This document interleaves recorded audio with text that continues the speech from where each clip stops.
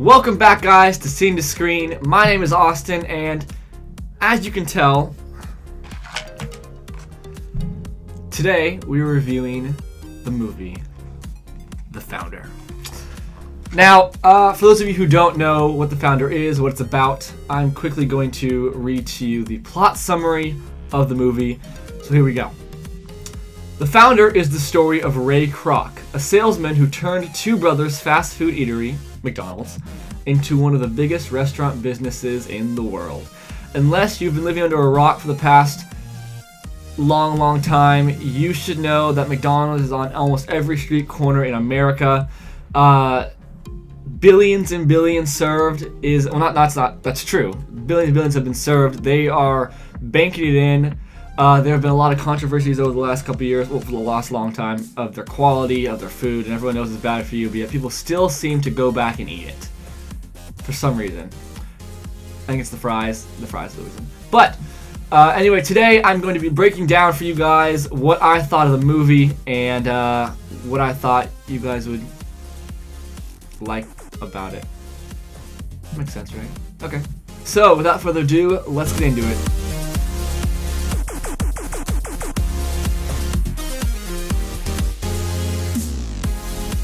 So throughout the movie, one of the biggest things that stuck out to me about the entire kind of feeling was how simple the writing was and the structure of the film was. From beginning to end, it felt very point to point written. You know what I mean? It goes from point to point to point, not any plot twists, not any weird curves around the story writing, just structurally integral, just bam, bam, bam, bam, story point, all the way through.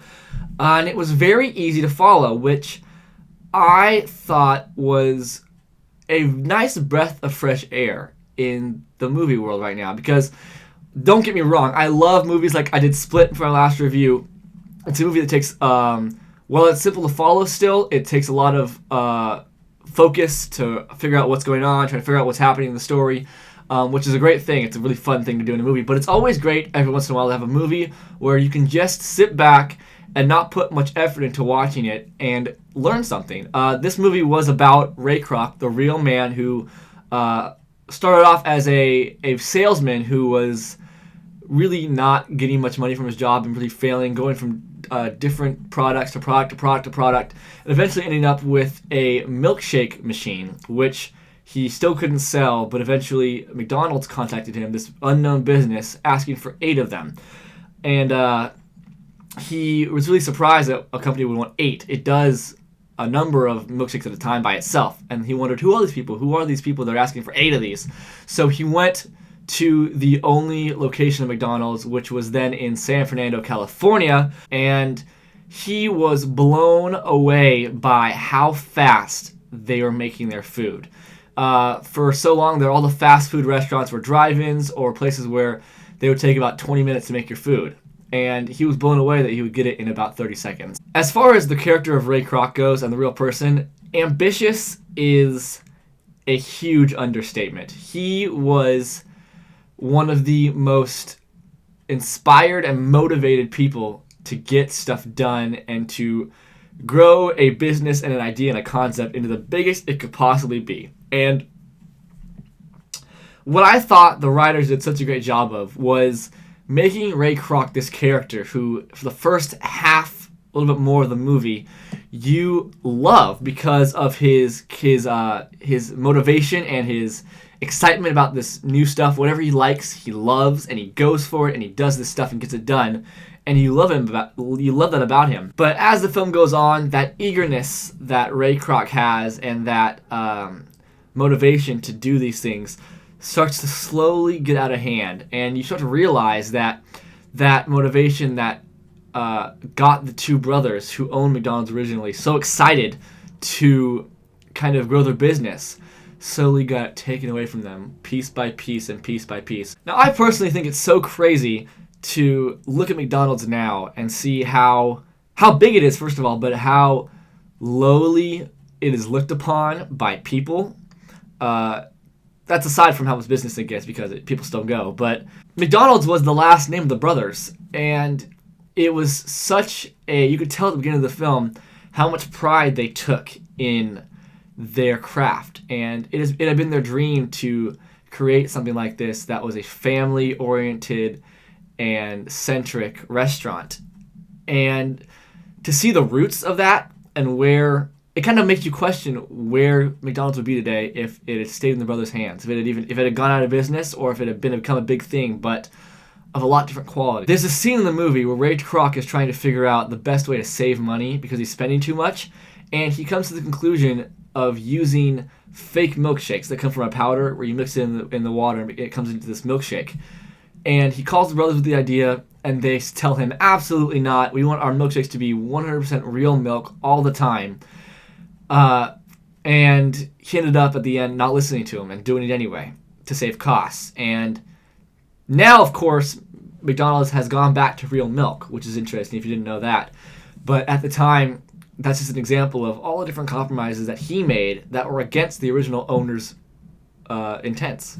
But as far as the writing goes, I loved the breath of fresh air that every once in a while a movie like this brings, where it's just a simple, straightforward story, this one being a true story, that you don't need to put much thought into, and that I actually learned a lot from. I'm amazed at how much I learned and how much I got out of the movie.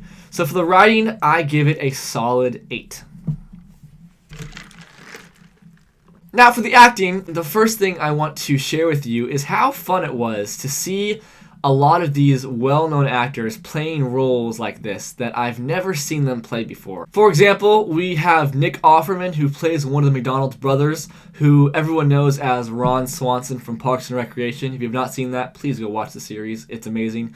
But in that role, he is such a very brow-furrowed, very straightforward, I want this, I want that guy. Not has much to say about it, but yet has a lot to say about it inside.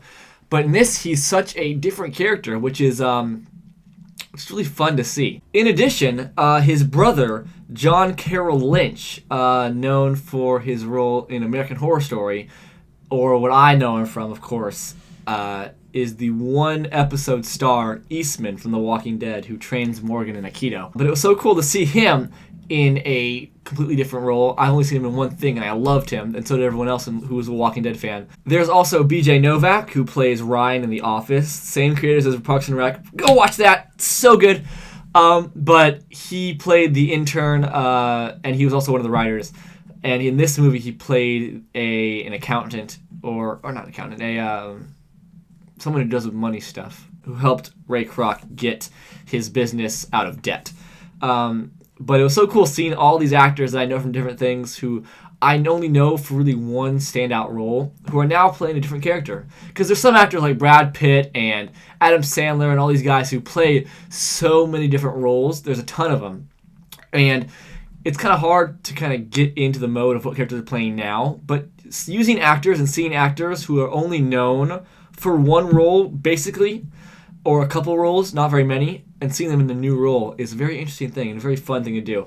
But as far as their performances, they were all solid. Michael Keaton especially played Ray Kroc so well. Seeing his desire and his eagerness and his selfishness, especially later on in the film, was portrayed so well. Just looking at his eyes through the entire thing, you could see the ambition and see the eagerness and see all of that desire. And he did a really good job. When he was excited at the beginning of the film, when he first discovered McDonald's or parts that he loved about the business, you felt excited too because he just really expressed it really well. And then as he went along and he really got out of hand with his desire to make this thing big, you could just see it in his face. And aside from him, all the characters did an amazing job. The brothers were great, especially when their business started getting taken from them. You could sense the urgency. There were many scenes where one of the brothers was on the phone, and the other one was kind of reacting to what was happening on the phone, even though I couldn't hear it. And it was a great kind of back and forth kind of thing between the brothers' chemistry, and just seeing that one of them was trying to, say this, say that, say that, say that, say that. Don't do that.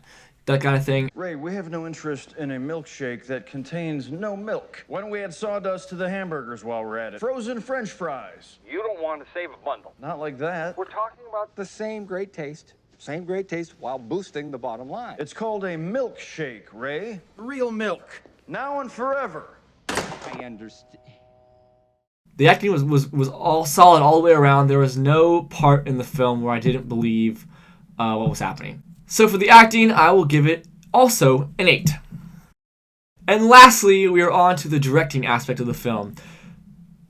For this, the one thing that I thought was so cool, which isn't necessarily the hardest thing in the world to do, and they had to do it in the film, they had no choice really if they're going to do a film about McDonald's, but I thought it was so cool, was seeing all of the old McDonald's locations and sets. They had several old vintage style McDonald's buildings that you had to walk up to the front of the restaurant at a window and get served food with the arches on the side and everything. And I thought it was so cool seeing those brought back and made for the film. The directing choices very much complemented the writing, and it was also very straightforward. There weren't a lot of crazy shots. There weren't a lot of different camera angles and color tones and everything. It was just the film itself, from beginning to end, even in the parts at the end where we were starting to get darker as Ray Kroc became this sadistic kind of, well, not sadistic, but very prideful, egocentric guy.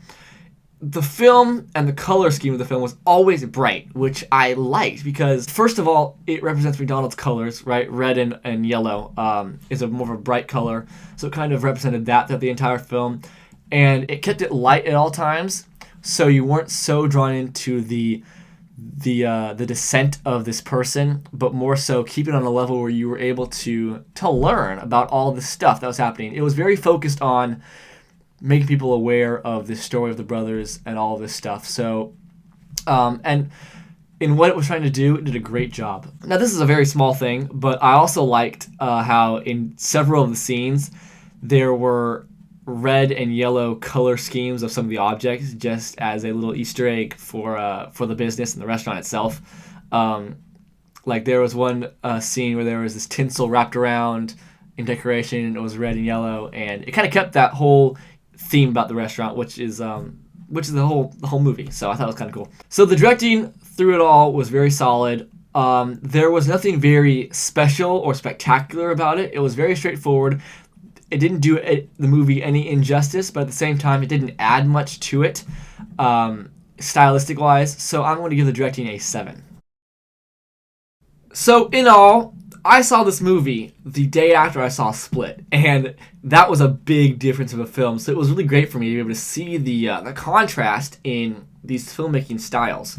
One being a thriller horror that was excellently made, and one being a documentary not documentary style, but an informative kind of movie, genre-specific kind of movie that really was meant to inform you about stuff.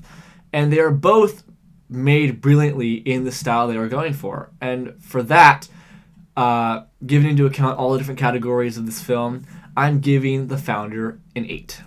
Guys, go see this movie if you're interested in learning about the McDonald's franchise and history, but not in a boring way.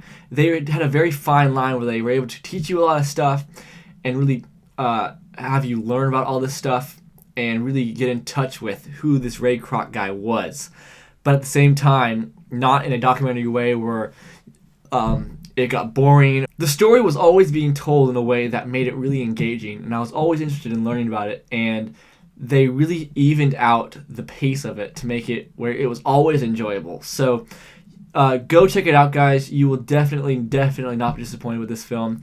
I feel like it did get majorly overshadowed by Split. Split, in the first 2 days, blew up when reviews came out, and everyone went to see that movie. The movie theaters were crowded, and I went to this theater the other day. It's only been out for about 4 days at the time I went and saw this, and it was literally me and 2 other couples in the theater, and that was it. But it's pretty much just as good as a movie as Split was. It's just a very, very different genre and a very, very different style. Alright, so that brings us to the end of another video. I hope you guys enjoyed this review. I hope you guys learned something from it.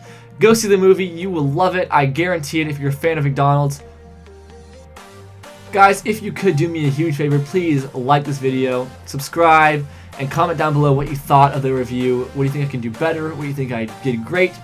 Comment down below if you've seen the movie, what you thought about it. If you agreed with me, if you disagreed with me, I want to know all your opinions. Until next time, guys, I will see you on the next video. And we